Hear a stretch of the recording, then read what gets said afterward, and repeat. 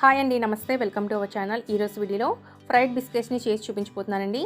ఎగ్ని వాడకుండా చాలా సింపుల్గా అండ్ టేస్టీగా ఈ బిస్కెట్స్ని ప్రిపేర్ చేసుకోవచ్చు. పిల్లలు కూడా చాలా ఇష్టంగా తినేస్తారండి. సో మరి లేట్ చేయకుండా రెసిపీలోకి వెళ్ళిపోదాం. ముందుగా ఒక మిక్సింగ్ బౌల్ తీసుకొని అందులో అరకప్పు బాంబే రవ్వ అంటే సుజీ రవ్వని యాడ్ చేసుకోండి. అలాగే 3/4 కప్పు మైదా, 7 టేబుల్ స్పూన్ల వరకు షుగర్ పౌడర్ని వేసుకోండి.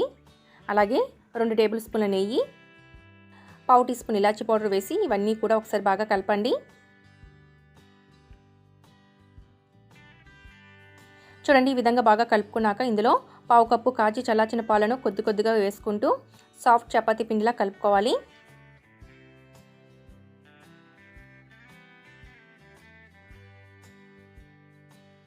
చూడండి, ఇలా మనం పాలు వేసి కలిపిన తర్వాత కొంచెం పల్చగా అయినట్టు అనిపిస్తుంది. అప్పుడు ఒకసారి చేయిని వాటర్తో కడిగి ఒకసారి బాగా కలుపుకోండి. అప్పుడు చపాతీ పిండిలా ముద్దలా వచ్చేస్తుందండి. చూడండి, మీకు వీడియోలో చూపిస్తున్నట్లుగా మరీ గట్టిగా కాకుండా ఇలా సాఫ్ట్ చపాతీ పిండిలా కలుపుకోవాలి. ఇప్పుడు మూత పెట్టి ఒక 10 నిమిషాల పాటు పక్కన పెట్టుకోండి. ఇప్పుడు 10 నిమిషాల తర్వాత మూత తీసి ఒకసారి బాగా కలుపుకోవాలి. తర్వాత పిండిని చిన్న చిన్న బాల్స్ లాగా తీసుకొని రౌండ్గా చేసుకొని ఇలా బిస్కెట్స్ లాగా చేతితో ప్రెస్ చేయండి. మీరు ఇలా ప్లెయిన్గా చేసుకునైనా ఫ్రై చేసుకోవచ్చండి. ఇలా చేసుకొని ప్లేట్లో పెట్టేసుకోండి. ఇప్పుడు నేను బిస్కెట్స్పై డిజైన్ ఎలా వేసుకోవాలో చూపిస్తానండి. ముందుగా చిన్న పిండి ముద్దను తీసుకొని రౌండ్గా చేసుకోవాలి. ఇప్పుడు ఇలాంటి జాలిగరిటెని తీసుకొని ఇలా పిండి ముద్దను పెట్టి ప్రెస్ చేసి తీసుకున్నారంటే డిజైన్ పడుతుందండి. చూడండి, మనకి ఇక్కడ డిజైన్ చక్కగా పడింది. ఇప్పుడు దీన్ని ప్లేట్లో పెట్టేసుకోవాలి. ఒకవేళ మీ దగ్గర ఇలాంటి జాలిగరిటె లేకపోతే ఫోర్క్ తీసుకొని ఇలా వీడియోలో చూపిస్తున్నట్లుగా డిజైన్ వేసుకోండి. ఇలా మీకు నచ్చిన విధంగా బిస్కెట్స్పై ఏ డిజైన్ అయినా వేసుకోవచ్చండి. ఇలా మిగతా బిస్కెట్స్ని కూడా చేసుకొని ప్లేట్లో పెట్టేసుకోవాలి. ఇప్పుడు వేడి వేడి ఆయిల్లో ఒక్కొక్కటిగా వేసేసుకోవాలి.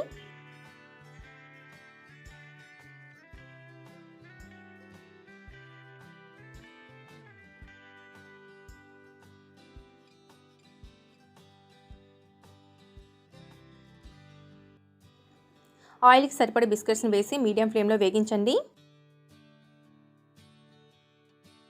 ఈ బిస్కెట్స్ నిదానంగా అటు ఇటు తిప్పుకుంటూ మంచి రంగులో క్రిస్పీగా అయ్యేంత వరకు వేగించుకోవాలండి.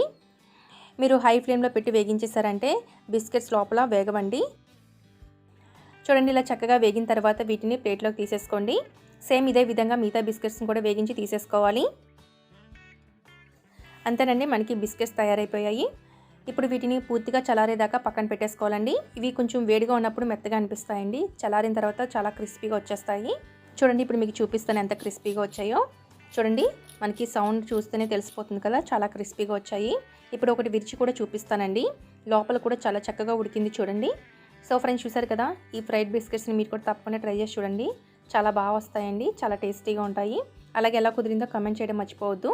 ఈ వీడియో కనుక నచ్చినట్లయితే ఒక లైక్ చేసి మీ ఫ్రెండ్స్ అండ్ ఫ్యామిలీ మెంబర్స్కి షేర్ చేయండి. ఇలాంటి మరిన్ని టేస్ట్ అండ్ సింపుల్ రెసిపీస్ కోసం మన ఇల్లు మన ఛానల్ని సబ్స్క్రైబ్ చేసుకోండి. Thanks for watching.